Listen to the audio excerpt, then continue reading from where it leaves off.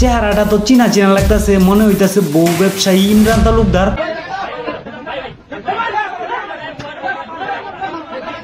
প্রথমত চুরি করে ধরা খেয়েছে বউ ব্যবসায়ী ইমরান তালুকদার, করে বউ ব্যবসা আবার পিছন দিয়ে লাগাই দিছে তালুকদার।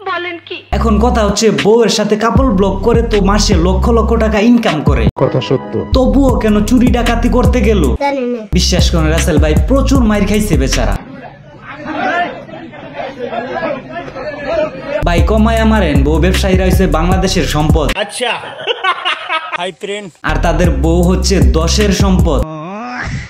দর্শকদের বউ দেখানোর জন্য হলেও কমায়া মারেন, একটু কমায়া মাইর দিয়ে ছাইরা দেন, যাতে পরবর্তীতে আপনাদেরকে বউ দেখাইতে পারে তার। এত এত টাকা ইনকাম করে কি করস ভাই? অবশেষে যদি চুরি করে ধরাই খাওয়ান লাগে। শুনতাছি ফেসবুক নাকি বউ ব্যবসায়ীদের টাকা দিচ্ছে না, তাহলে কি মানুষকে দেখানোর জন্য বউকে ক্যামেরার সামনে নিয়ে আসে?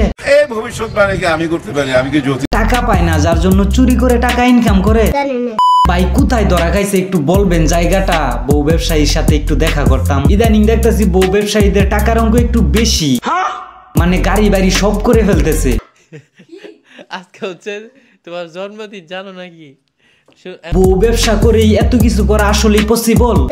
এই জন্যই তো চুরি ডাকাতি করে। আচ্ছা, মানে বউ ব্যবসার দিনকাল খারাপ যাচ্ছে। তো এখন মেইন ব্যাপার হচ্ছে এই কাপল বউ ব্যবসায়ী কুরআন শরীফ নিয়ে ফেসবুকে ভিডিও পোস্ট দিছে এবং সেখানে বলতেছে পুরো ঘটনাটা নাকি মিথ্যা। আমার তো কুরআন শরীফ নিয়ে নিছে, আমি ছুঁয়ে বলতেছি এই সম্পূর্ণ ঘটনাটা মিথ্যা। ভাই তুই তো মুখে বলতাছস মিথ্যা, কিন্তু সরাসরি যে ভিডিও ফুটেজ ভাইরাল হইলো ওইটা কি? মানে তোর মতে ভাইরাল হওয়া ওই ভিডিওটা কি এআই দিয়ে বানানো? আমি বুঝি না। পাবলিক আসলে বুঝে কোনটা এআই কোনটা রিয়েল। আমার তো কুরআন শরীফ নিয়ে নিছে, আমি ছুঁয়ে বলতেছি এই সম্পূর্ণ ঘটনাটা মিথ্যা। আচ্ছা, তোর এই বিষয়টা নিয়ে কুরআন শরীফ আনলি কে? মানে তুই কি কুরআন শরীফের মূল্য বুঝস? সত্য মিথ্যা প্রমাণ করতে তুই কুরআন শরীফ ভিডিওর মাধ্যমে প্রকাশ করতাছ। বোকাচোদা, তোর মাথায় কিছু আছে? শুধু তো জানোস বউ ব্যবসা করতে। দেখ ভাই, তুই চুরি কর বা না কর, পাবলিককে বুঝানোর জন্য কুরআন শরীফ সামনে আনিস না দয়া করে।